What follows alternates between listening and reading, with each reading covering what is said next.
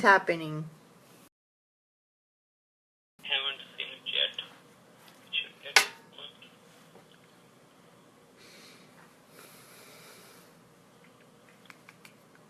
Oh yes, I see you. Okay, good. All right. Pretty clear. Okay. All right. Okay, so topic for today. This week, the email that you sent me, that was in my mind all the time. Okay. Let me just get that email out, and then we'll talk about that. We need not fight our unwanted habits. The email said, we need not fight. There's some quote that you sent me. Yeah. We need not fight our unwanted habits. As we will see in later pages, a frontal assault only increases their power. We need only sail in natural waters. Uh-huh. Okay. So, first of all, even before we go to the question of do we need to fight our unwanted habits or do we not want to fight our unwanted habits, there is something called an unwanted habit, right? That you agree with. Yeah. Well, there are things you may say to yourself, I don't like this about me. Right? But, yes. Yeah. It's a thought. It's a thought. It's a reality, right? Well, I don't know what's real. That's the problem. That sometimes it's not a reality, it's your imagination. It's not your particularly Lubit, it's each one of us imagination. What our wonderful Gary David will call the 2x4 room. Like he's, I don't know if you ever heard Gary say this, but in one of his workshops or in one conversation, he asked people, so what do you do if you dream or you imagine that you are in a 2x4 room, you are sitting down, your legs are tied, your hands are tied behind your back, and a tiger comes in. And all of us were trying to figure out what to do. You know what the answer is? Wake up.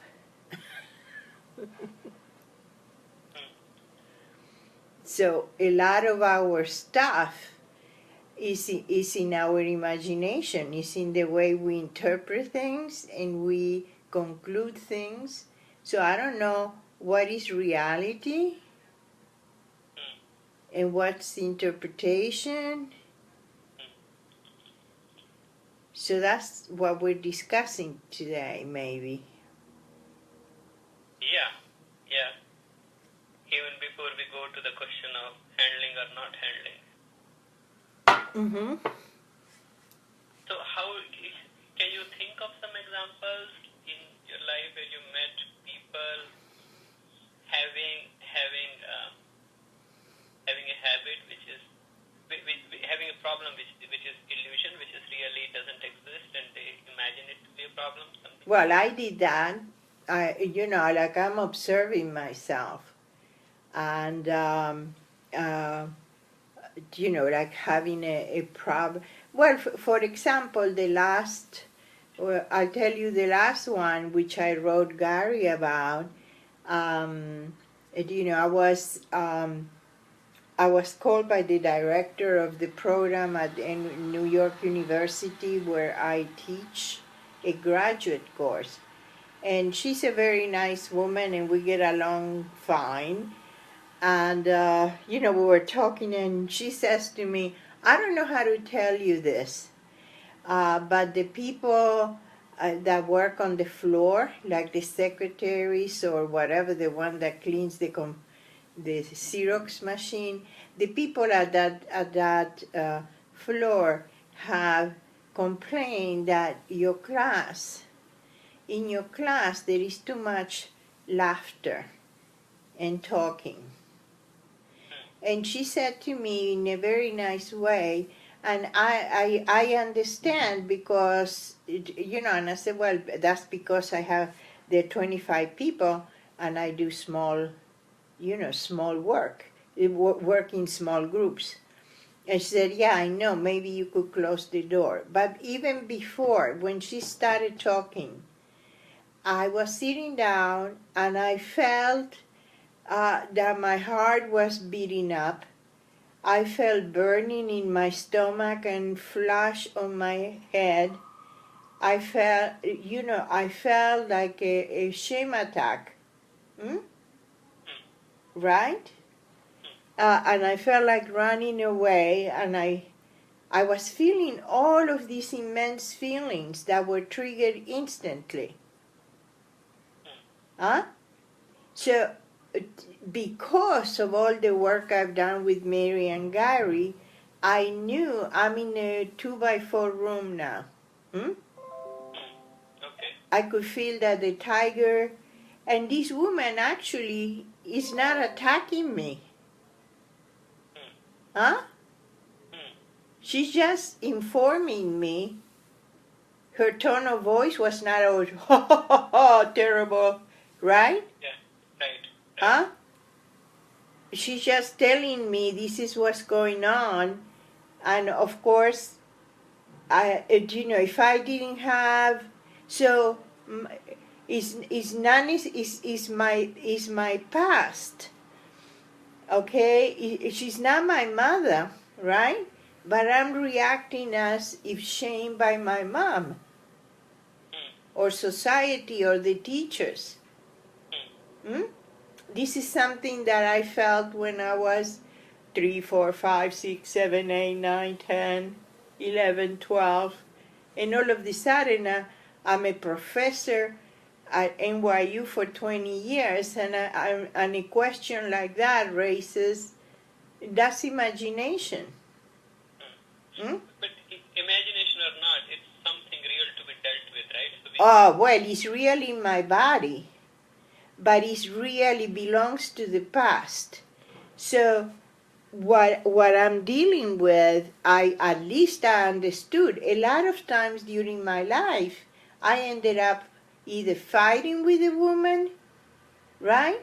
Or running away, quitting my job, right? A lot of the times, I withdrew. I'm not teaching here anymore, the hell with this, right? Whatever it is. Either attack the other or say how stupid I am that I didn't know I should have closed the door. There are 4 varieties of reaction to that. So let's talk about, because everyone who's listening to this call may not know those four responses to shame that we have. Uh-huh. Yeah. So attack, withdraw. Attack the other or attack the self. Withdraw or deny. We immediately, when we felt shame, we jump to these 4 ways of dealing with shame, which is either attack the other, attack self, withdraw, or deny. And all you need to do is watch the people in the news in the campaign, Trump and Hillary, doing that all the time. Hmm? They either attack the other, and they never get anywhere. We live in that conditioned, and that's slavery. It may be real because you feel it in your body, but actually it's not real. So what's the way out? So these 4 are the responses, right, which we do automatically, whatever. It's wired. It's automatically, unless you observe yourself and you learn how to observe it in your body, how to metabolize it in your body, and how to manage it, how to absorb it, and how not to follow the impulse. And then do what? Something got to do, right? Ah, yeah. And that is the most amazing thing. When the experience of being able to stay with the feeling of shame enough not to react makes it, then you have options that are not the four, right? So I did ask is this important to you that there is no noise, right? Huh? Instead of I'm quitting, or what a horrible person you are. Huh? What's wrong with you? Whatever. Quitting would be, if you quit your job, that would be withdrawal. If you say what a horrible person you are, you Attack the other. right? And then if I start crying, I'm sorry, I'll never do it again. Yeah, that's attack yourself. I just attack myself. Or if I just smile and pretend nothing happened, is denial. Right, okay. Interesting, okay. So instead of doing that, I said, is this important to you? Because that's the way I teach. I mean, that, and she said, no, it's not important. I just wanted to let you know. And maybe the one solution is to close the door. And I said, well, that, it's October, so it's not that hot anymore. I'll do that. Right? That's a good idea. So there was no shame or put down. There was a connection between me and her now. I'm collaborating with her instead of reacting. And that's a total different thing. I see. It's a total different thing because I am not overwhelmed and defending myself in any way. I'm actually accepting myself, accepting my script of shame, accepting that, this happened to me as a child and it happened. I recognize it and I decide not to act from that level. And then it comes to my mind is that this handling our shame is so important in our relationships because relationship needs this collaboration. And relationship breaks when collaboration doesn't exist. Talking about husband-wife. Well, then you are reacting to the other. Actually, you are not connecting with the other. You are connecting to yourself. Like I could say to the woman, this is very rude of you and I'm quitting. Now, what am I reacting to? I'm reacting to my shame to have a sense of power. Right. Because I cannot stay with the feelings that are burning me. So I lost my connection to the other person. I'm just connecting to myself. And that sometimes you got to do that, right? When things get tough, then you got to come back to the connection with yourself. Yeah. And once you have it, then you can go back and connect with. Exactly. I mean, many times. I mean, I did that for years and years and years of my life. And the process, for example, of having body work, having done all of these years of somatic experiencing, where I learned how to track my emotions in my body. So these were those years and the years of continuing and the years of understanding shame have helped me say, you know what, I can have enough big container in my body that I can contain these feelings and not react.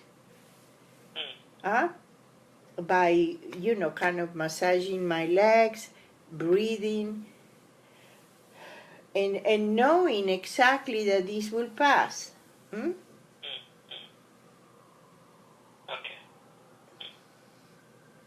That's like, building your capacity for a relationship. Building first with myself. Like I could say, I was saying in my inner self at that moment, look, little Christine, I totally get you, you're with me. And now me, the adult one, can handle this. okay? And we're going to be okay. Because this is not mom. You're not 7. You're actually 76. And imagine all those memories still come up. Or whatever the script. And it's automatic. Boom! The electromagnetic, like Gary would say. Hmm?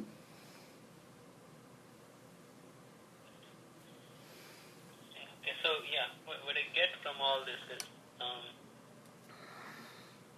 the ability, these 4 are the responses, reactions to it, and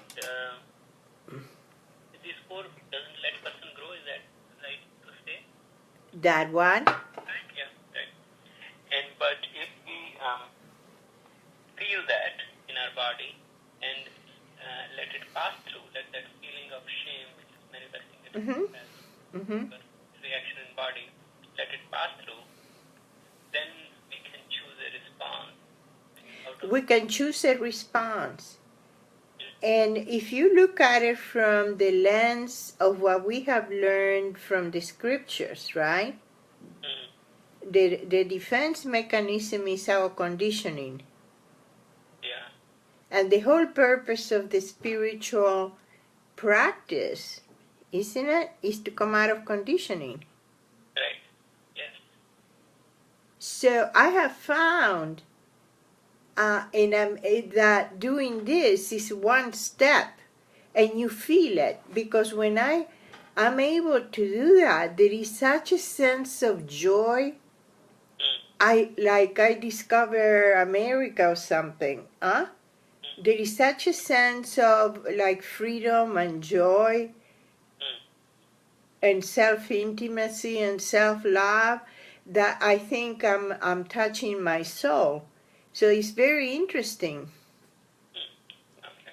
So to me, doing this work helps me in my practice of self-realization, because I'm not being held by my conditioned self, my script, over and over the same thing. And then you're connected to yourself, and you have the possibility of finally connecting to someone else. Now it's a given that whenever we try to connect to someone else, something or the other would come up. Things like this. Well, because we are projecting our images into each other. We don't know each other really. I go to you with my 2x2, 2x4 room. Hmm? Yeah. And the other answers with their script. And sometimes if our scripts kind of are the same, we can manage. But it's like we're all watching our own movie.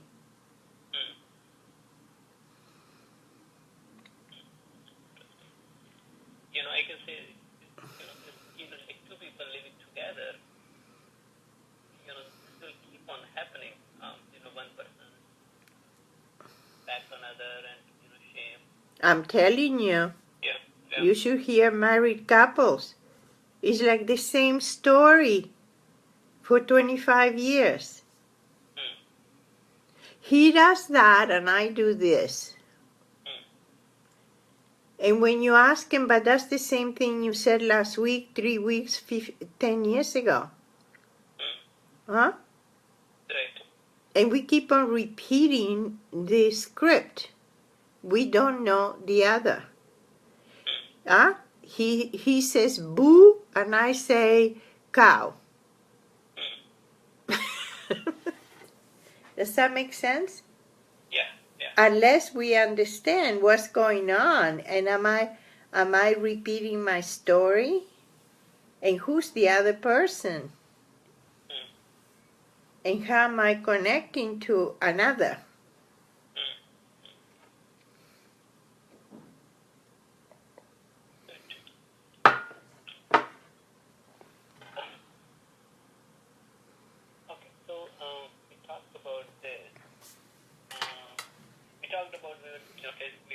started with this idea of unwanted habit.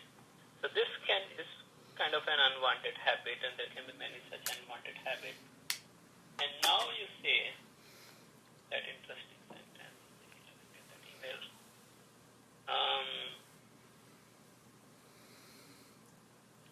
We need not fight them. No, because, and that's also in the scriptures, is negative attachment. And one of the reasons is because what you give attention to grows. So the whole thing about us is what do we give attention to? And if I give attention to my bad habit, that bad habit takes prominence. And it becomes bigger and better.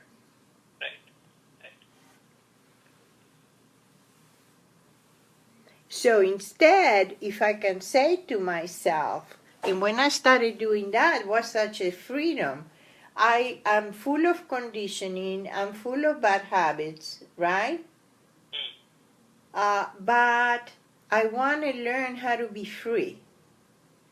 Then my attention goes to freedom and to learning instead of my bad habit. And you know what? Without even noticing, a lot of my bad habits have either diminished to nothing and some totally gone. Because they starve to death from my attention. And also because as you feel the freedom of being in a place out of conditioning, it's almost like the bad habits have no power anymore.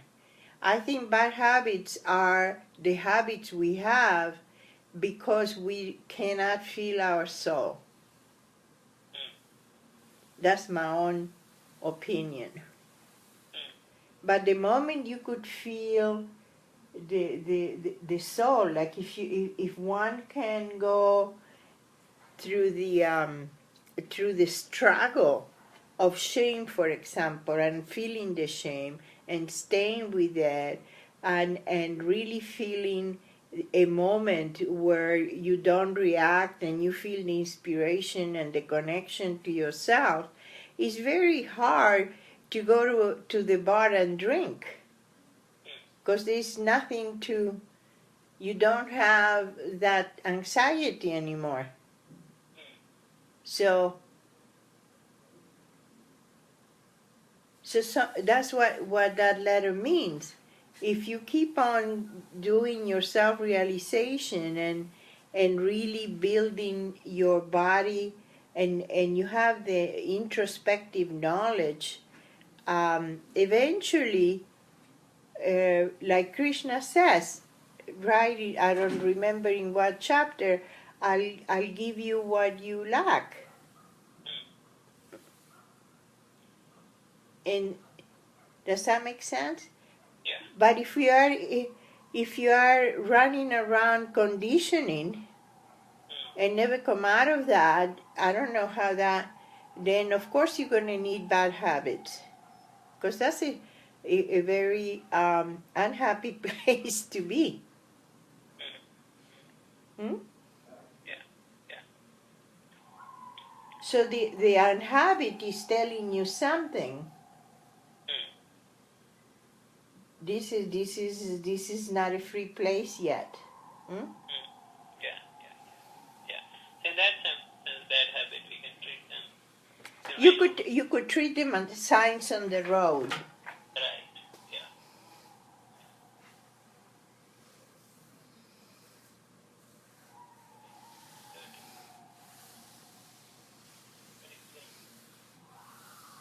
Thank you, Christina. Ah, thank you, Lube, for the wonderful questions.